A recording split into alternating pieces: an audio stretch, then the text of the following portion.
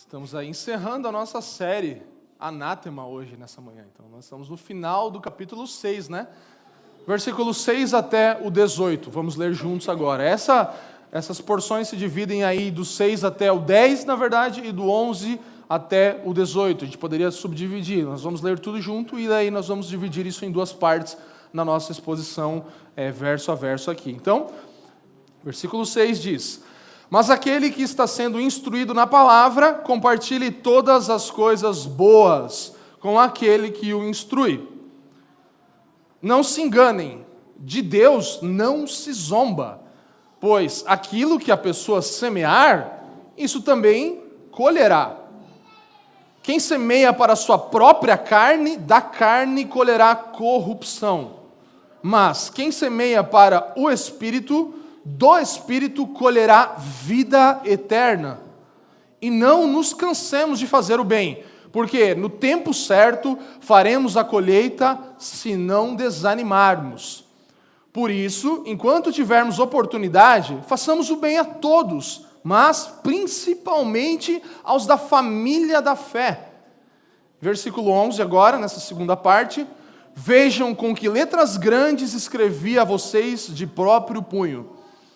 Todos os que querem ostentar-se na carne, esses querem obrigar vocês a se deixarem circuncidar, e agem assim somente para não serem perseguidos por causa da cruz de Cristo.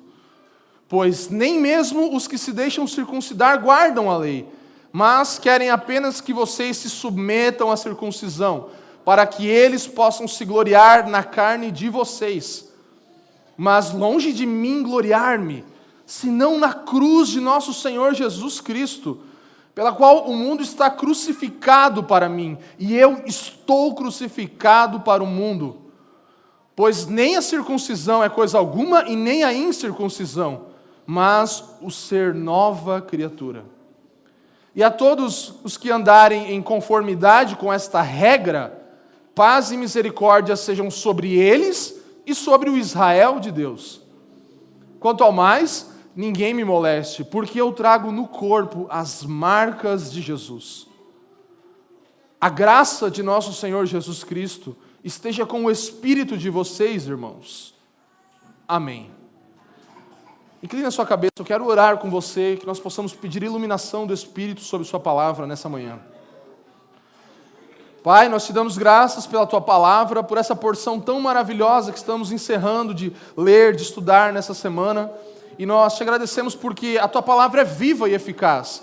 Nós te pedimos perdão porque nós somos tão negligentes quanto às Escrituras ainda. Todos nós aqui poderíamos ler mais a Bíblia, poderíamos estudar mais as Escrituras, poderíamos nos esmeirar em conhecer os mistérios revelados na Escritura, Pai. Mas nós não fazemos e nós pedimos perdão por isso. Mas nessa manhã nós pedimos também e te agradecemos porque alimento está disponível para nós, porque instruções estão disponíveis para nós, porque ousadia e modo de viver está disponível para nós nessa porção também da Escritura. Mas nós sozinhos não conseguimos, nós sozinhos nos perdemos na nossa mente que divaga tanto, que se distrai tão facilmente. Por isso te pedimos que pelo teu Espírito os nossos olhos sejam iluminados, o nosso coração compreenda as verdades eternas que têm poder para nos transformar nessa manhã. Que pelo teu Espírito luz seja colocada sobre os nossos olhos, sobre a nossa mente, sobre o nosso coração nessa manhã. E o Espírito de sabedoria e revelação, aquele mesmo que Paulo orava aos Efésios no capítulo 1, versículo 17, repouse sobre nós nessa manhã e sejamos realinhados, reencorajados na nossa soberana vocação, no nosso chamado glorioso que é de nos tornarmos semelhantes a Ti e de vivermos essa vida no dia a dia, Pai. Te pedimos isso e te agradecemos por essa dádiva, em nome de Jesus. Amém. Amém, meus irmãos. Amém. Glória a Deus. Então nós vamos aqui agora para essa parte final do texto da carta aos Gálatas. Eu quero que você me dê a sua atenção, porque nós precisamos de atenção e cessar as distrações, as coisas que nos atrapalham quando vamos para a Escritura. Isso é honrar a palavra do Senhor também. Então, honre a palavra agora, enquanto nós meditamos, honre a Escritura e essa maravilhosa oportunidade que temos de congregar. 6 a 10, como falei, é a primeira parte, é um convite final de Paulo. Paulo aqui está convidando os irmãos, mais uma vez, a um estilo de vida. E 11 a 18 é uma advertência final de Paulo. Então ele, de novo, dá aquela puxada de orelha na mensagem principal. Mas a mesma mensagem está nessas duas porções e a mesma mensagem está em toda a carta aos Gálatas, que é: vivam pelo Evangelho. Diga comigo: vivam pelo Evangelho. Isso que Paulo está falando para mim e para você todas essas semanas aqui que nós estamos lendo. Então Deus, através de Paulo, nos chama a viver pelo Evangelho. É palavra inspirada pelo Espírito. É um encorajamento para mim e para você em 2022. E aqui em Gálatas nós podemos perceber as linhas básicas dessa verdade do Evangelho, que agora para nós estão mais claramente traçadas, estão como linhas que definem um desenho, que definem um objeto. Agora nós temos mais clareza nas linhas que definem o Evangelho aqui. Nós podemos perceber melhor a forma do Evangelho, o que é o Evangelho na sua integridade e o que deve ser do Evangelho nas nossas vidas também. Então a minha e a sua compreensão da fé cristã, ela não seria a mesma sem a carta aos Gálatas, não é verdade? Nós não saberíamos, não teríamos a mesma compreensão de fé cristã, por isso ela está no cânon bíblico, porque ela é importante, ela é parte do todo. E a minha e a sua compreensão do que é a fé cristã não seria a mesma, de fato, se não fosse essa porção das Escrituras.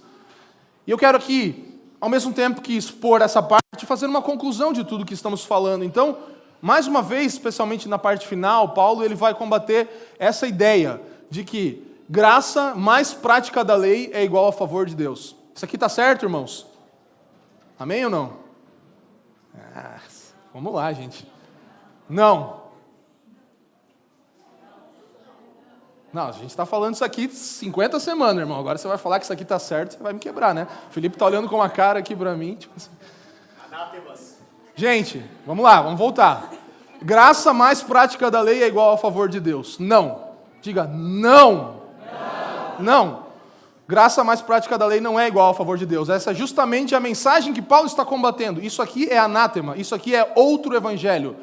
Favor de Deus não está nas nossas atitudes, não está no que nós fazemos. Nós não alcançamos nada diante de Deus pela prática da lei. Graça mais prática da lei não é igual a favor de Deus. Mas graça mais o quê?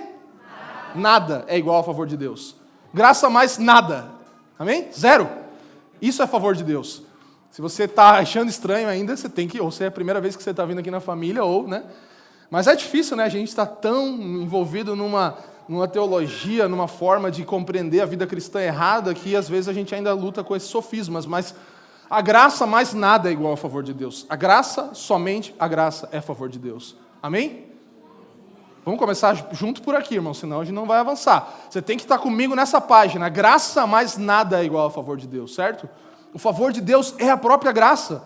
Nada do que eu e você façamos vai nos dar algo a mais, vai nos conquistar um lugar diante do Senhor. Então, Paulo está lutando com essa mensagem anátema, que graça mais alguma coisa é o favor de Deus, é salvação, é redição de um pecador. Não, é graça e somente graça é favor de Deus. É uma obra somente dele. Então, essa é a mensagem que Paulo está aqui combatendo. E aqui no início, já no versículo 6, ele começa falando da perspectiva, como aqui o embate é muito com os falsos mestres, então ele vai falar sobre a importância de nós honrarmos os verdadeiros mestres, aqueles que se dedicam às Escrituras e tudo isso. Então, a exortação inicial de Paulo nesses primeiros 2 ou 3 versículos é essa, versículo 6.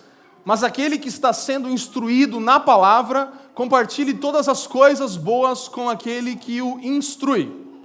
O que esse texto quer dizer? Aquele que está instruído na palavra, compartilhe todas as coisas boas com aquele que o instrui. É um texto que enfatiza parceria e comunhão na vida da igreja.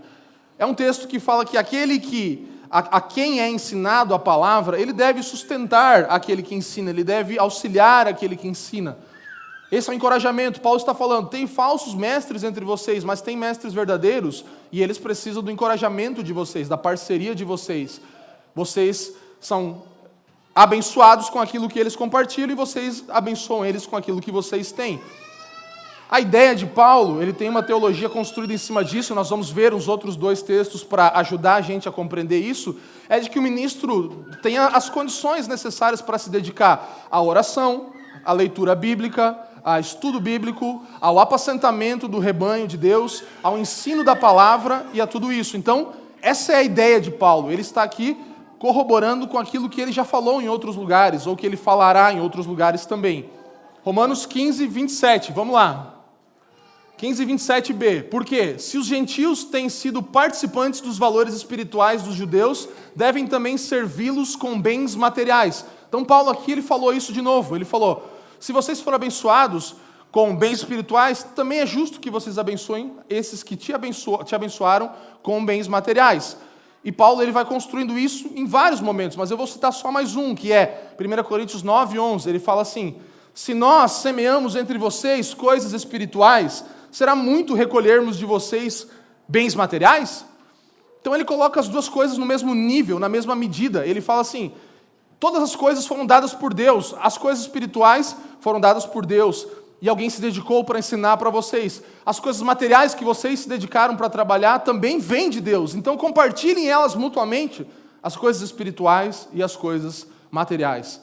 O sustento, aquilo que você pode dar, você dá. Aquilo que você recebe é a mesma coisa do que aquilo que você dá. É uma mutualidade.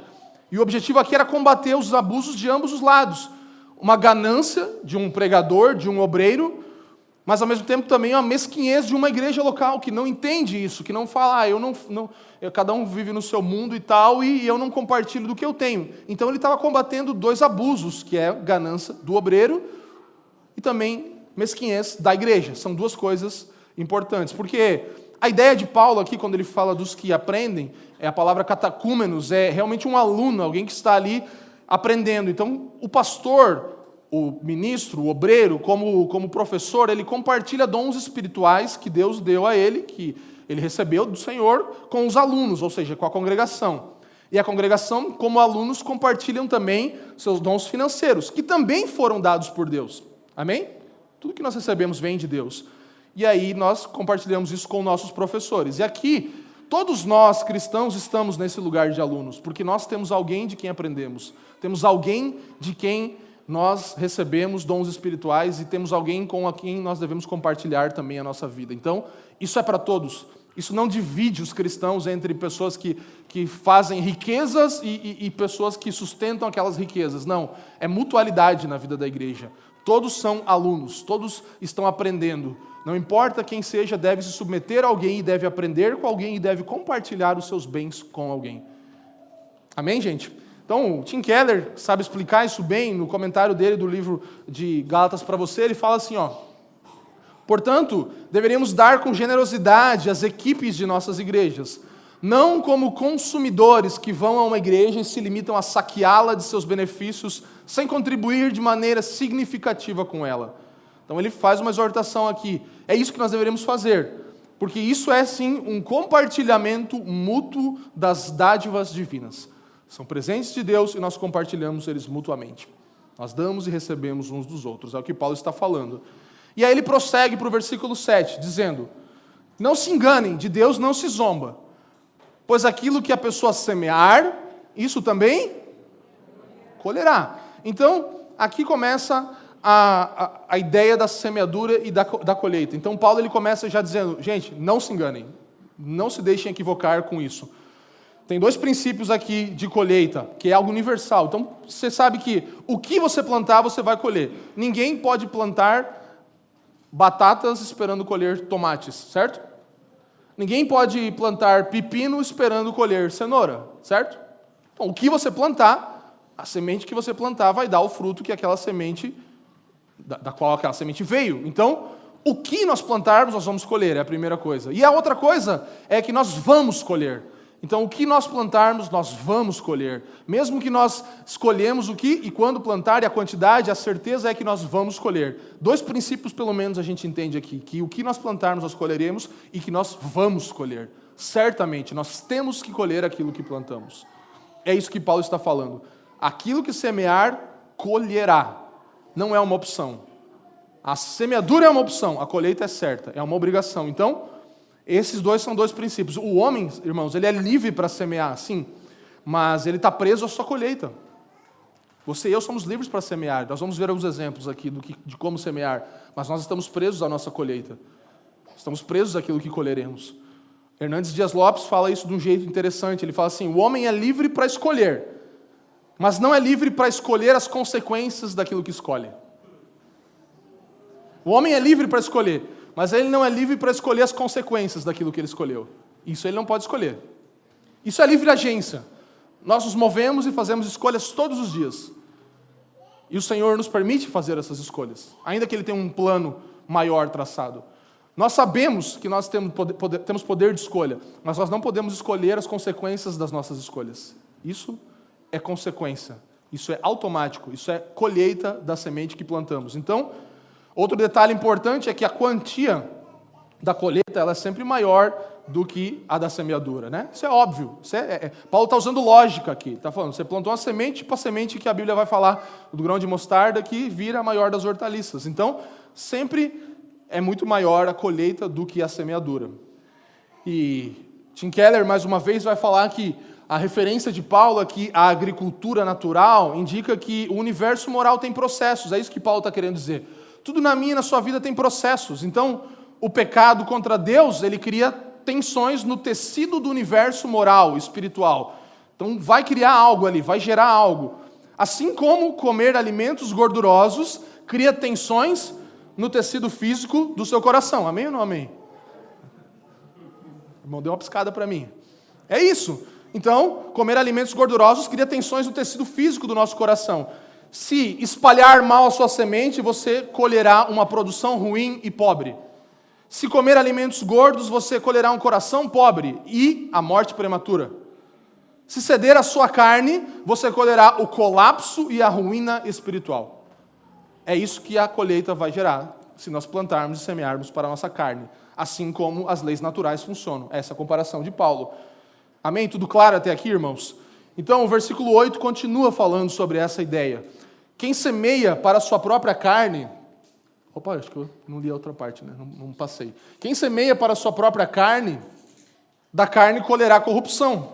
Mas quem semeia para o Espírito, do Espírito colherá vida eterna. Então, Paulo aqui está deixando para a gente uma ilustração. Ele está falando, vocês têm dois campos para semear. Vocês podem escolher entre esses dois campos. Um campo, sabe o que é campo, né, irmão? Não é de futebol, para quem gosta de futebol. É campo de plantar mesmo. Campo, aquele lugar que você planta a semente, é um campo. Então, tem o campo que é o campo do Espírito. E tem o campo que é o campo da carne, da nossa própria vontade, dos nossos desejos carnais. Nós podemos plantar neste campo do Espírito ou neste campo da carne. Ele está falando isso. Você tem dois lugares. Assim como também nós temos sementes. Então, o que seriam as sementes para plantar nesse campo?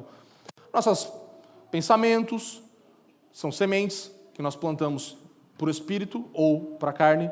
As nossas atitudes, principalmente também, são coisas que nós plantamos ou na carne, para a nossa própria carne, ou para o Espírito. Então, aqui nós temos essa ilustração de campos, onde plantamos e de que tipo de sementes podemos plantar nesses campos. Então, por exemplo, toda vez que nós permitimos a nossa mente guardar rancor, nós estamos fazendo o quê? Estamos plantando uma semente.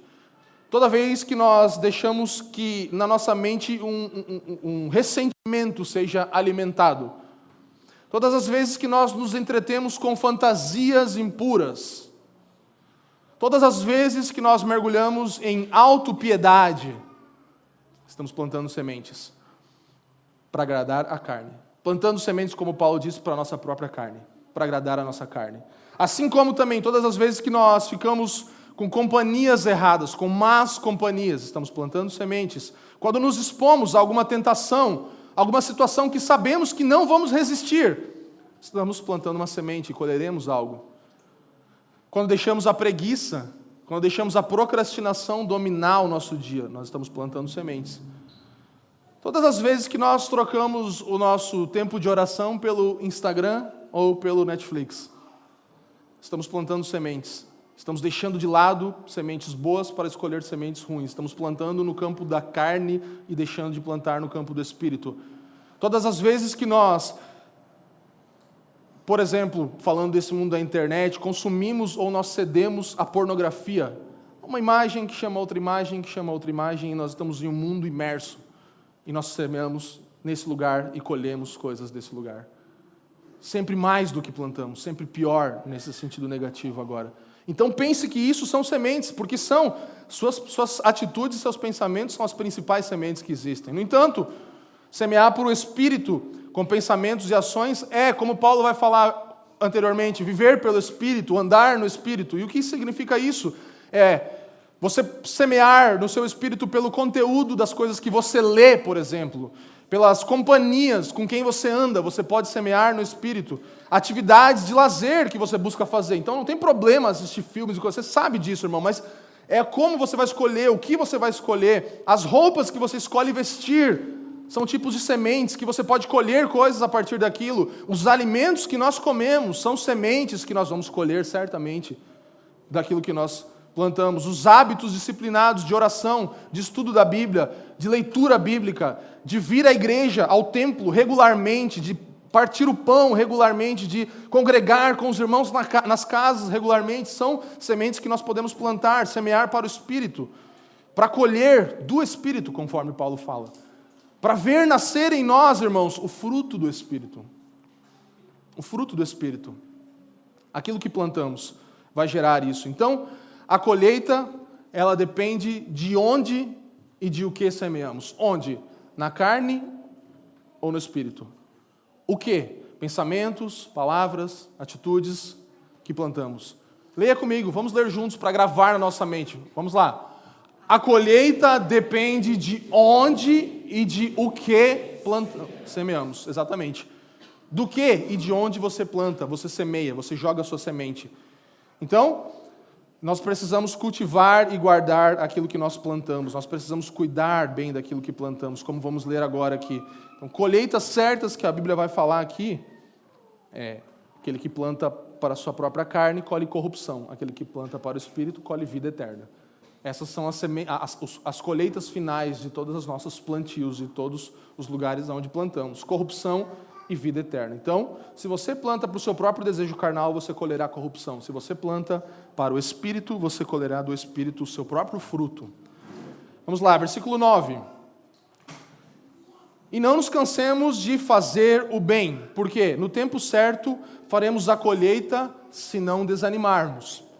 Então, aqui temos duas coisas: não nos cansarmos de fazer o bem e colheremos se não desanimarmos. Tem duas exortações. Então, nós não devemos nos cansar, Paulo está falando. Nós não devemos também desanimar. E como eu falei, nós devemos cultivar, nós devemos guardar aquilo que plantamos. Nós devemos ter constância para que nós possamos ver os frutos. Nós precisamos estar ali constantemente cuidando daquilo que estamos fazendo. Então não adianta nós mergulharmos aí, eu vou fazer tantos dias de jejum e tal, e aí depois você volta e come tudo errado, faz tudo errado. Eu vou ler a Bíblia agora, fazer um plano de leitura da Bíblia aqui e tal, que vai ser, vou ler toda a Bíblia em um mês. Aí você dá aquela overdose, você não faz mais nada, esquece a família, tudo, né? Mas aí chega no dia 31, aí você já nem pega mais a Bíblia na mão. Então a gente é muito desses extremos, assim. O chamado de Paulo aqui é para constância, é para a gente mergulhar, sim, com intensidade, mas numa vida de constância, de nós darmos continuidade, senão nós não vamos ver o fruto daquilo que plantamos. E a palavra aqui, nesse próximo versículo aqui, fala assim, por isso, quando tivermos oportunidade, façamos o bem a todos, mas principalmente aos da família da fé. Então, a oportunidade de nós fazermos o bem, de nós semearmos, de nós cuidarmos, é sempre. Porque quando nós pensamos em oportunidade, na tradução da língua portuguesa, aqui parece assim, quando rolar, né? Quando der, assim, quando der uma oportunidade, eu vou, mas nunca dá oportunidade, né? Não é isso que o texto está falando, irmãos. A palavra oportunidade grega aqui, ela significa literalmente um tempo fixo, um tempo distinto, um tempo especial e não momentos ocasionais. Não é isso, irmão. Não é quando der. É momentos contínuos, como falei, ocasionais. Nós devemos fazer o bem sempre. Então você pode pegar 3 coisas daqui. Quando fazer o bem, quando plantar sementes, tem um tempo, que é sempre, quando tivermos oportunidade. Tem um alcance, que é... Qual é o alcance, irmãos? Vamos lá, qual é o alcance? Todos. mas tem uma prioridade. Então tem um tempo sempre, tem um alcance, tem todos, mas tem uma prioridade, que é, primeiramente, principalmente aos da família da fé. Então, em primeiro lugar, principalmente aos da família da fé, sempre fazer o bem. A quem? A todos, todas as pessoas, todas as culturas diferentes, pessoas diferentes de nós, pessoas ricas, pobres, pessoas de todas as raças, pessoas de todos os lugares. Sim, mas tem uma prioridade, que é os da família de fé. É os da família de fé. Então, olha a sua volta, irmão. Olha a sua volta. Veja quem é a sua família de fé. Olha, sério, vai. Sei que você não gosta de fazer isso, mas eu gosto que você tem que ter essa dinâmica. Não pro lado que é marido e esposa, né? Mas olha para trás, olha para o irmão que está perto de você. Essa é a pessoa que está perto de você. E isso aqui é só hoje, mas olha para quem está perto de você na sua vizinhança. Todos, mas primeiramente os da família de fé. Olha para quem está perto de você. Veja onde você foi plantado. Essa ideia de Gênesis 2,15, do cultivar e guardar, o texto fala assim: Deus colocou o homem no jardim. Para o quê? Para o cultivar e o guardar. Nós podemos aprender que Deus nos planta. Deus me coloca e coloca você em lugares específicos para que nós possamos cultivar e guardar aquele ambiente.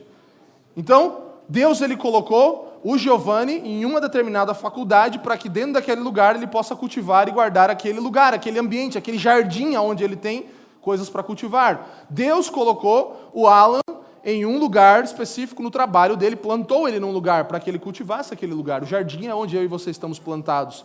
Isso se manifesta de várias formas, não é um lugar específico. Mas eu e você estamos plantados em um lugar e esse é o lugar que devemos cuidar. Então, como? Sempre. Para quem? Para todos. Fazer o bem, plantar sementes. Primeiramente para quem? Para os da família da fé. Então é isso que Paulo está falando aqui. E Paulo ele fala dentro de um contexto aqui de fazer o bem, de boas obras, que ele já falou até agora que não são as boas obras que fazem nada para a nossa salvação, como nós no início falamos aqui. Então as boas obras, elas são, nós não somos salvos pelas boas obras, mas para boas obras. Então aqui dentro desse contexto todo, de que a obra não salva, Paulo agora fala, vocês precisam fazer boas obras sempre, para todos, primeiramente para os da família da fé. Então sim, nós somos chamados para boas obras e salvos para boas obras e não salvos pelas boas obras. Então sempre fazer o bem. E aí nós podemos pensar em colheitas ou formas de colher isso, né?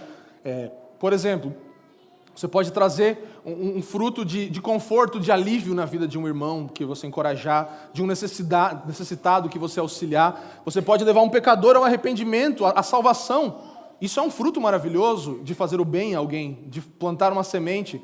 Você pode ajudar, por exemplo, a frear, diminuir a deteriorização da sociedade por ser uma família de acordo com os padrões de Deus. É uma semente que você planta de cuidar do seu marido, da sua esposa e conservar seu casamento. Isso vai gerar uma esperança, frear essa coisa toda de deteriorização que acontece hoje na sociedade. Então são frutos. E tornar também esse lugar, essa terra, essa sociedade, esse meio no qual vivemos um lugar mais agradável, mais saudável para se viver. São frutos de fazer o bem sempre, em todos os lugares. Nós podemos, por exemplo, aumentar o respeito das pessoas plantando sementes pelas coisas que são belas, que são boas, que são agradáveis, que são verdadeiras. Fazer as pessoas olharem de forma saudável para as coisas ao seu redor. Tudo isso são frutos que colhemos por fazer o bem. E irmãos, preste atenção em mim. Talvez você não colha tão rápido, talvez você não veja o fruto de tudo que você plantou. Talvez o que você plantou demore para gerar frutos, ou o que você está plantando. Mas nós temos a certeza de que haverá uma grande colheita. É o que Paulo fala, aquele que plantar vai colher. Lembra? É o princípio, vai colher o que plantou e vai colher. Aqueles que semeiam para o Espírito precisam ter essa esperança, ter continuidade no cuidado daquilo que estão fazendo e plantando e ter certeza de que colherão os frutos no devido tempo. Mesmo que não vejam, mesmo que o tempo passe, mesmo que nós nem estejamos mais aqui, nós estamos plantando uma comunidade aqui em Curitiba que não é nosso futuro, não é nosso plano de carreira, é para que quando nós não estivermos mais aqui, isso aqui se torne uma grande árvore, isso aqui gere muitos frutos na nossa cidade, no reino de Deus. E se mesmo nós formos retirados antes do tempo desse lugar, não tem problema, nós vamos ter continuidade, porque nós não estamos plantando para a carne, mas estamos plantando para o Espírito. É isso que é uma igreja local, é isso que deveria ser todas as igrejas locais em todos os lugares. Nós não plantamos para um benefício próprio, nós plantamos para algo que vai gerar frutos para a eternidade, por gerações e gerações, quando nós não estivermos mais aqui. Você imagina os caras que criaram as coisas mais incríveis, a lâmpada, a energia elétrica, sei lá, a internet, o celular, já nem estão mais entre nós, mas criaram algo que vai ecoar eternamente. Quanto mais nós plantarmos bons frutos, e isso também são bons frutos que eu citei, são ótimos frutos, que foram plantados corretamente também. Mas nós podemos plantar também, podemos ser parte disso. Amém, irmãos? Então aqui a gente podia encerrar o nosso primeiro sermão, né? Primeira parte, que é até o versículo 10, falando sobre plantar e colher. Mas Paulo continua, e nós vamos até o fim aqui. E agora, no versículo 11, então, inicia essa última chamada de atenção de Paulo dentro do tema grande de Gálatas. Versículo 11 diz o seguinte: vejam com que letras grandes escrevi a vocês de próprio punho. Então aqui letras grandes, os teólogos eles estão aí entre duas possibilidades. Letra grande pode ser porque Paulo estava dando ênfase de novo a um assunto, que eu acho que faz sentido, mas também que Paulo possivelmente tinha um problema, uma dificuldade de ler visual, ele tinha um problema nos olhos, possivelmente. Então tem uma possibilidade aqui também disso, mas nós não sabemos. E também não sabemos, quando ele fala de próprio punho, se ele escreveu a carta toda de próprio punho, ou se essa porção especificamente ele escreveu de próprio punho. Então, esse texto ele tem algumas possibilidades para a gente compreender aqui. Mas o fato é que nós podemos perceber que Paulo realmente reenfatiza algo que ele já falou tantas e tantas vezes, que é o versículo 12. Todos os que querem ostentar-se na carne, esses querem obrigar vocês a se deixar circuncidar, e agem assim somente para não serem perseguidos por causa da cruz de Cristo. Então, Paulo está falando que aqueles irmãos, eles estão querendo, na verdade, gerar algo para eles. Eles estão fugindo da perseguição, porque o cristianismo é perseguição, e aí eles querem construir uma coisa aí que é mais leve, que tem, né, um pezinho mais light. Irmãos, o cristianismo ele é um ato interior, espiritual, acontece dentro de nós quando nós nos convertemos, acontece no coração. Não é uma religião de cerimônias externas, como circuncisão, por exemplo. Então, Paulo, de novo, ele combate isso. Ele fala que a transformação interior ela é maior do que a observância exterior. Então, ele deixa isso claro. Transformação interior maior do que a observância exterior. Mais uma vez, ele diz que as coisas externas, os símbolos, eles precisam apontar para algo. Assim como o batismo, por exemplo. O batismo não é salvação. Ele aponta para alguém que foi salvo. Ele mostra que alguém foi salvo. Ele aponta para a cruz de Cristo. Então, não são ordenanças que nos salvam, mas aquilo que acontece no nosso interior. Então, por que ele fala que aqueles falsos mestres, eles fugiam de sofrer pela cruz de Cristo? Porque a cruz é ofensiva por natureza. A cruz de Cristo é uma ofensa por natureza. E ou ela é o nosso bem maior, ou ela é uma causa de repulsa. Ou nós temos repulsa pela cruz, ou nós consideramos ela o nosso bem maior. Ela é o nosso bem maior, ou nós nos afastamos. São duas opções diante da cruz. Porque a cruz, de fato, ela é ofensiva por nos reduzir a nada. Ela nos coloca em um lugar em que nada do que façamos seja superior àquilo que Cristo fez na cruz. Então ela nos reduz a um lugar, ela nos coloca no nosso lugar, ela fere o nosso orgulho, a nossa soberba, e isso é muito difícil de se lidar. Por isso que a mensagem da graça ela tem essa porção de ofensa também. Tem essa porção de nos ofender diante de algo que não podemos fazer nada, que nós só podemos receber, que alguém fez isso por nós. Essa é a mensagem da cruz. E Paulo continua dentro desse tema, lá no versículo 13. Pois nem mesmo os que se deixam circuncidar guardam a lei, mas querem apenas que vocês se submetam à circuncisão, para que eles possam se gloriar na carne de vocês. Então, na verdade, se nós formos justos ali com aqueles falsos mestres, eles sabiam que eles não conseguiriam ser salvos pela lei, porque eles mesmos não conseguiam cumprir a lei, eles não cumpriam, segundo Paulo. Era impossível ser salvo, por isso eles não aguardavam. Mas eles eram arrogantes, eles eram persuasivos e eles buscavam a própria conveniência deles. Então eles queriam que aquilo gerasse algo para a sua glória, para a glória deles. Eles criaram o seu próprio partido, eles criaram a sua própria bandeira, a sua própria via para fugir do sofrimento. E essa mensagem era popular, irmãos, naquele tempo. Assim como hoje o outro evangelho, infelizmente, é popular. A mensagem de que você não precisa carregar uma cruz, de que você não tem sofrimento, de que você precisa só ser a melhor versão de você mesmo, de que você, e você, e você, e você. E essa é uma mensagem atrativa. Que as pessoas são levantadas, que elas são colocadas em um lugar alto. Uma teologia que está se espalhando de falsos mestres que estão ensinando coisas que são populares, mas são mentira, são anátema, são outro evangelho. E assim também essa mensagem era popular naquele tempo, porque evitava a vergonha da cruz, evitava a identificação. Quando Cristo fala, tome a sua cruz, Ele está falando disso, de identificação. Tome a sua cruz e me siga também, identifique-se comigo. Sabe, mais uma vez, o sinal, eles colocaram acima daquilo que simbolizava. A circuncisão era uma obra humana, feita por humanos em outros humanos. Então era uma coisa totalmente humana.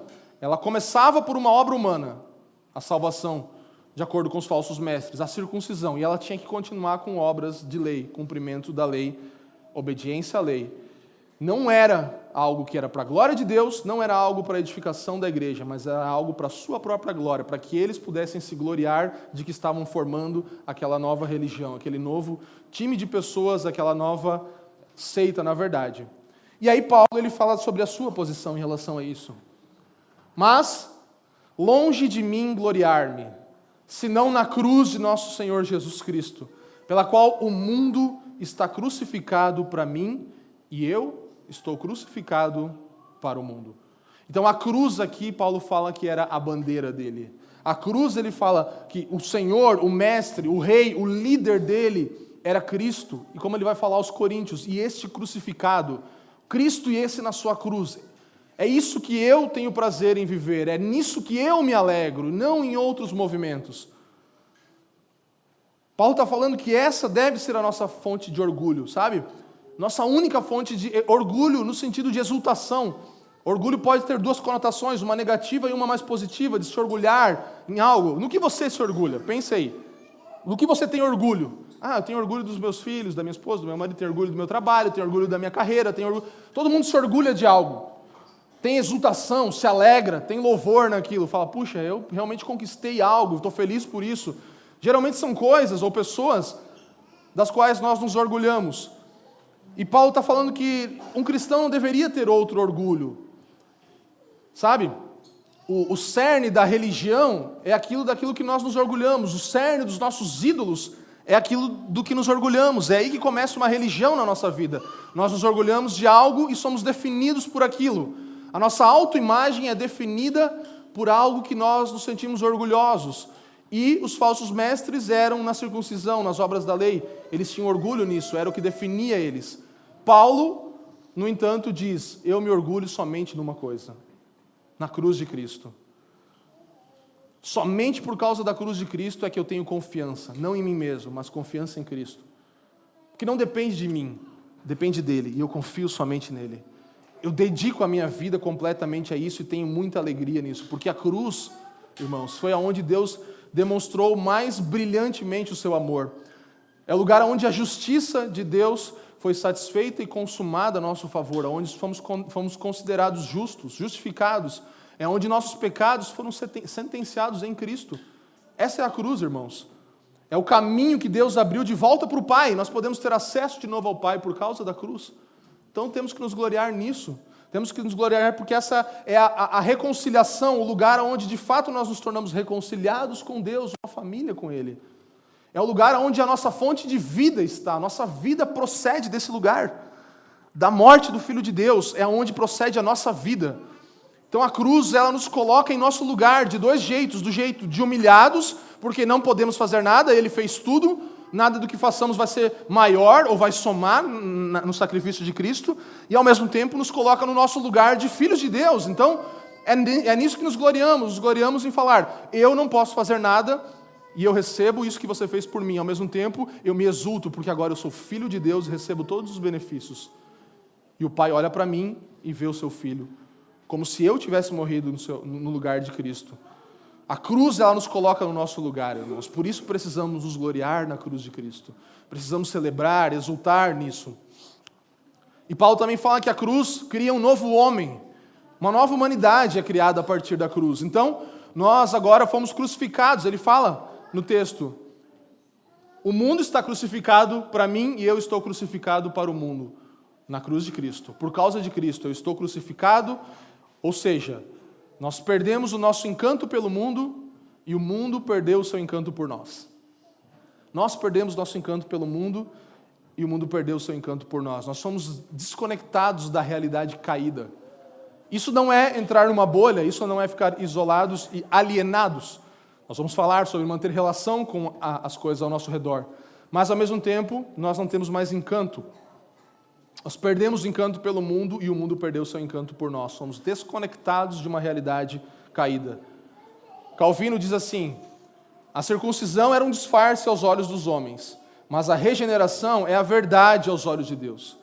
Então, enquanto a circuncisão era um disfarce, era uma forma de tentar mudar a identidade, agora, uma verdade que é a cruz, a regeneração diante de Deus acontece na cruz de Cristo.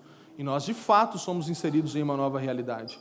Sabe, irmãos, não tem nada mais no mundo que controle eu e você. Não somos mais escravos do mundo, como Paulo já falou inúmeras vezes. Nada mais nessa realidade pode controlar um cristão. Nós agora não temos nada mais nesse mundo que nós precisamos ter. Eu preciso disso. Não há nada nesse mundo que você precise mais. É isso que é alguém que morreu para esse mundo e que esse mundo morreu para essa pessoa. É alguém que não precisa mais.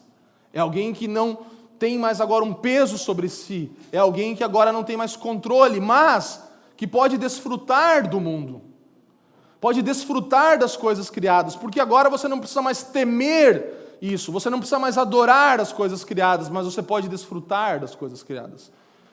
Isso é maravilhoso, irmãos. Nós podemos desfrutar da cultura, podemos desfrutar de um bom prato de comida, podemos desfrutar de um bom café, irmãos, podemos desfrutar da ciência, da tecnologia, podemos desfrutar da medicina, da filosofia, da história, podemos usufruir da natureza, podemos usufruir de todas as coisas, da psicologia. Nós podemos usufruir e desfrutar das coisas que existem, da internet, nós podemos desfrutar, sim, nós podemos usar isso, mas nós não agora mais adoramos, idolatramos nada desse mundo, e não dependemos mais, não tememos mais as coisas desse mundo. Nós temos uma boa relação com as coisas ao nosso redor, é isso que Paulo está falando. Você morreu, mas você pode ter uma relação, você pode usufruir das coisas, você pode agora estar vivendo bem e se relacionando bem com todas as coisas criadas, porque elas não são mais seu ídolo e elas não mais exercem poder de escravidão sobre você, de senhorio sobre você. Isso é usufruir. Você não precisa mais. Você não tem que ter, por isso você pode ter e usufruir. Vocês estão comigo, irmãos? Você devia dar um glória a Deus, bem alto, do tamanho da tua vitória. Amém? É maravilhoso, irmãos. Isso aqui acaba com o nosso dualismo que a gente vive, que é de eu não posso fazer, o crente não deve, o crente não pode. Coisas ilícitas existem e coisas lícitas existem. As coisas que nós podemos usar elas, usufruir delas e ter uma boa relação com elas para a glória de Deus, até o ponto que isso glorifique a Deus. Quando isso não glorifica a Deus, se torna um senhor da nossa vida, e quando nós voltamos ao velho jugo de escravidão, nós nos afastamos dessas coisas. Amém? Amém. Então vamos prosseguir. Nós podemos desfrutar do mundo porque não precisamos mais temer e nem adorar o mundo. E Paulo ele fala no 15 de novo, algo que eu, na última vez, o penúltima que eu compartilhei a palavra aqui, nós usamos isso. Porque Paulo repete novamente que nem a circuncisão é coisa alguma e nem a incircuncisão, mas o ser nova criatura. Então, nem a realização religiosa ou moral é alguma coisa e nem o fracasso religioso ou moral é alguma coisa. Se você é nova criatura, nada mais tem importância. Se você não é nova criatura, nada do que você faça pode transformar em uma nova criatura. A regeneração vem pelo Espírito. Mas se você é, nada mais tem importância nas realizações religiosas ou morais ou nos fracassos religiosos ou morais. Porque o ser nova criatura é o que, de fato, importa. Por causa do Evangelho, por causa da cruz de Cristo, agora nós não somos mais inferiores a ninguém ou superiores a ninguém. Nós não somos inferiores ou intimidados pelos circuncisos, por aqueles que cumprem a lei exatamente, que fazem tudo certo. Então, nós não somos inferiores e nem nem intimidados, e também não somos superiores e nem menosprezamos os incircuncisos. É isso que ele está falando. Nem uma coisa e nem outra. Circuncisão, esforço moral, nada vale. Incircuncisão, fracasso moral, nada vale. Então, nem a realização religiosa ou moral e nem o fracasso valem alguma coisa, mas o ser nova criatura é que vale. E Timothy Keller nos ajuda, mais uma vez, com uma composição dele que ele diz: o Evangelho muda aquilo de que fundamentalmente me orgulho, transforma toda a base da minha identidade. Nada no mundo inteiro tem qualquer poder sobre mim. Sou livre, afinal, para desfrutar do mundo, pois não preciso dele. Não preciso me sentir inferior, nem superior a ninguém. E estou sendo reconstruído, transformado em algo e alguém completamente novos. Não preciso mais, posso usufruir. Estou sendo mudado, estou sendo transformado, minha identidade foi mudada, me glorio na cruz de Cristo. Nada no mundo agora tem qualquer poder sobre mim. Eu sou livre para desfrutar, porque eu não preciso mais dessas coisas, eu posso desfrutar delas. Versículo 16. E a todos os que andarem em conformidade com essa regra, paz e misericórdia sejam sobre eles e sobre o Israel de Deus. Paulo reafirma o Evangelho como uma norma, como uma regra, como um modo de vida, como um alicerce para tudo. Então, irmãos, mais uma vez, o Evangelho não é uma mensagem para os não cristãos. O Evangelho é o que molda a minha e a sua vida. É o padrão que nós vivemos, em novidade, em compreensão dessa liberdade toda, dessa grande nova realidade que é o Evangelho. E isso precisa ser o nosso modo de vida. E Paulo aqui está falando algo maravilhoso. Ele fala que paz e misericórdia são sobre aqueles que fazem disso um padrão e sobre o Israel de Deus. Então, toda vez que você tem uma boa relação com as coisas ao seu redor e vive como uma nova criatura e torna isso o padrão da sua vida, não só você é abençoado, mas todo o corpo de Cristo. Ele não fala assim, toda a igreja local, a família dos que creem vai ser abençoada se você tiver uma boa relação com as coisas. Sim, também, mas também a igreja em Curitiba, mas também a igreja no Brasil, mas também a igreja em toda a terra, o Israel de Deus. É muito grande, gente. Não é só para você, não é só para você colher, você vai ser beneficiado por viver uma boa relação com as coisas, com o mundo, por ser nova criatura, por estar crucificado para as coisas do mundo, mas isso também vai longe. É uma colheita que você não consegue ver até onde vai. É uma colheita muito grande. Por isso, uma exortação tão importante de Paulo, para que nós possamos nos relacionar saudavelmente com esse mundo, com as coisas aqui ao nosso redor, sem idolatrá-las ou temê-las ao mesmo tempo. Então, o que gera em nós vai se ampliar para toda a igreja, o que é gerado em nós. Essa norma, esse modo de vida, esse alicerce para a sua vida. Então, agora você vai fazer todas as coisas pela luz do Evangelho, pela cosmovisão bíblica. Então você vai escolher um emprego para trabalhar com as lentes do Evangelho. Você vai fazer um prato de comida com as lentes do Evangelho. Você vai se relacionar com pessoas com as lentes de uma nova criatura. Você vai gastar o seu dinheiro com o olhar pelo Evangelho. É isso que ele está falando. Façam disso uma norma. Transformem isso uma coisa para vocês aplicarem em tudo que vocês fizerem.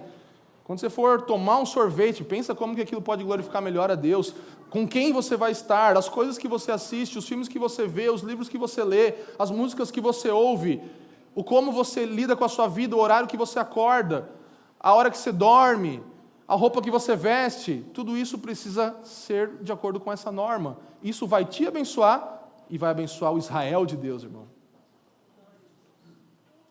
Amém? Maravilhoso. E, seguindo então para o nosso penúltimo versículo, Paulo agora fala, mais uma vez, reafirmando a sua autoridade apostólica. Quanto ao mais, ninguém me moleste, porque eu trago no corpo as marcas de Jesus. Paulo está falando assim, não. Ninguém vai me molestar. Eu carrego as marcas de Jesus no corpo. E ele não estava falando simplesmente de marcas espirituais ou uma coisa mística. Ele estava falando das marcas reais da autoridade de um apóstolo. Ele foi apedrejado, ele foi açoitado, ele foi preso e ele carregava as marcas nele. Então Paulo era alguém de quem não só se ouvia o Evangelho e a cruz de Cristo, mas também se via isso nele. É isso que é a lição aqui. Não só se deve ouvir do Evangelho de mim e de você, mas as pessoas devem olhar para nós e ver o Evangelho em nós. Palavras são sempre importantes. Alguém já menosprezou essa ideia de que, se necessário, use palavras, aquele ditado. Não, use palavras, sempre. Mas que a sua vida seja de acordo com as suas palavras. Que o que você carrega, que o que você vê, as marcas de Cristo, sejam de acordo com o seu discurso. Discurse, sim, fale, pregue o Evangelho. As pessoas são salvas pela loucura da pregação, irmãos. Mas elas precisam ver em você Cristo também. Em Paulo nós não podíamos só ouvir a mensagem da cruz, mas podia ser visto, é isso que ele está falando. E as marcas dele não eram grandiosidade e nem riqueza, mas eram sofrimento e fraqueza. Sofrimento e fraqueza eram as marcas de um verdadeiro apóstolo. Então, os, entre aspas, apóstolos que se dizem apóstolos, que nós vemos hoje, que são falsos mestres, eles não carregam essas marcas, mas sim grandeza, riqueza, joias, carros, mansões e tudo isso. Isso não são marcas de apóstolos. Marcas de apóstolos são o que Paulo mostrou e falou, eu tenho aqui em mim. Se alguém quiser ver, a gente vai lá, eu levanto minha camisa e mostro aqui. As chicotadas, mostro tudo o que aconteceu, mostro umas fotos para vocês, vou abrir meu Instagram aqui que está só no Close Friends, que eu não estava querendo mostrar para a galera, mas eu mostro para vocês. Vocês querem ver? É marca de Cristo na minha vida. Então eu tenho isso para mostrar para vocês. E Paulo aqui, ele realmente nos leva a esse final maravilhoso, que é o versículo 18, que conecta com toda a construção da carta. Ele diz assim, leia comigo, por favor, irmão, bem forte, bem alto aí. Vamos lá, 1, 2, 3 e... A graça de nosso Senhor Jesus Cristo esteja com o espírito de vocês, irmãos. Amém. Paulo encerra lembrando a mensagem da carta. A graça do nosso Senhor Jesus Cristo, e somente a graça dele. Ele começa lá no capítulo 1, versículo 3 com isso, e ele termina agora no 6,18 com isso. A graça de Jesus Cristo é o suficiente. Paulo, ele carregava as marcas de Jesus no seu corpo e a graça de Jesus no seu espírito. Ele carregava as marcas de Cristo no seu corpo, mas a graça é o que alimentava o espírito dele, era o que fazia ele se mover, e era o assunto da vida dele. Então, Cristo aqui, por sua graça, ele é tanto a porta de entrada, não é a circuncisão, a porta de entrada é a sua graça, o caminho para continuar na vida cristã é a graça de Deus, e aquilo que nós vamos precisar sempre em toda a nossa vida é a graça de Deus. É o início, o meio e o fim. E ele exulta nesse final, exalta a superioridade do Evangelho da graça acima de qualquer sistema de justiça humana, como ele falou já até aqui. Então, Paulo, com essa expressão irmãos, que se você pesquisar, vai ver que ele não usou isso em nenhum lugar, nenhuma saudação nas cartas dele, ele fala irmãos. É algo caloroso de Paulo, ele está realmente aqui fazendo uma saudação especial para esses irmãos e mostrando o seu coração, porque tudo o que ele falou realmente foi muito duro até aqui, mas ele está falando, eu considero vocês meus irmãos, vocês estão aqui comigo, vivendo ao meu lado, e eu quero que vocês absorvam isso como alguém da sua família, como alguém que não está acusando vocês, como alguém que está no mesmo lugar que vocês, que quer viver essa vida com vocês também. Então, assim nós vemos essa conclusão maravilhosa de Paulo, conectando a graça de Deus em todos os lugares.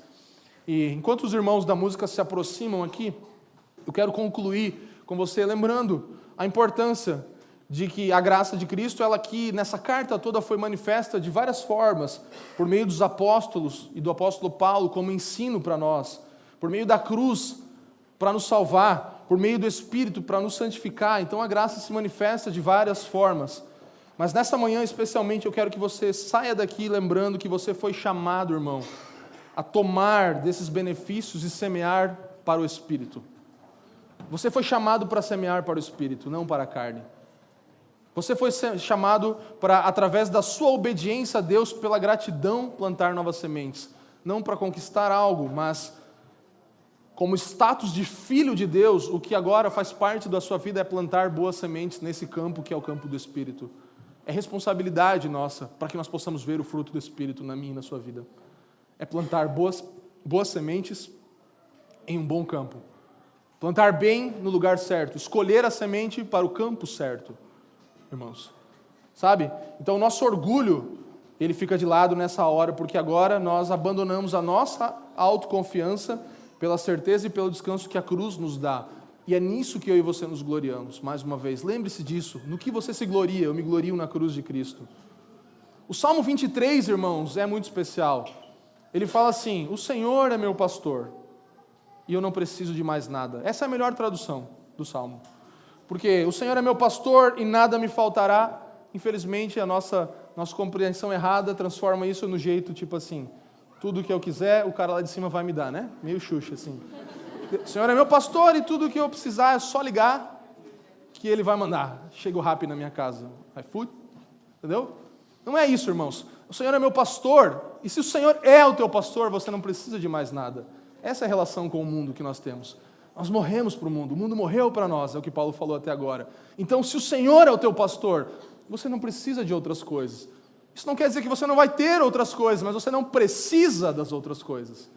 O Senhor é meu pastor. Diga aí, o Senhor é meu pastor. Fala para você mesmo. E eu não preciso de mais nada. Sabe? A canção do Sola fala isso. Se o Senhor é o meu pastor, aquilo que eu não tenho, eu não preciso. E eu não preciso desejar também. Não é que só que eu não preciso. Aquilo que eu não... Se o Senhor é meu pastor, aquilo que eu não tenho, eu não preciso. E eu não preciso desejar aquilo que eu não tenho.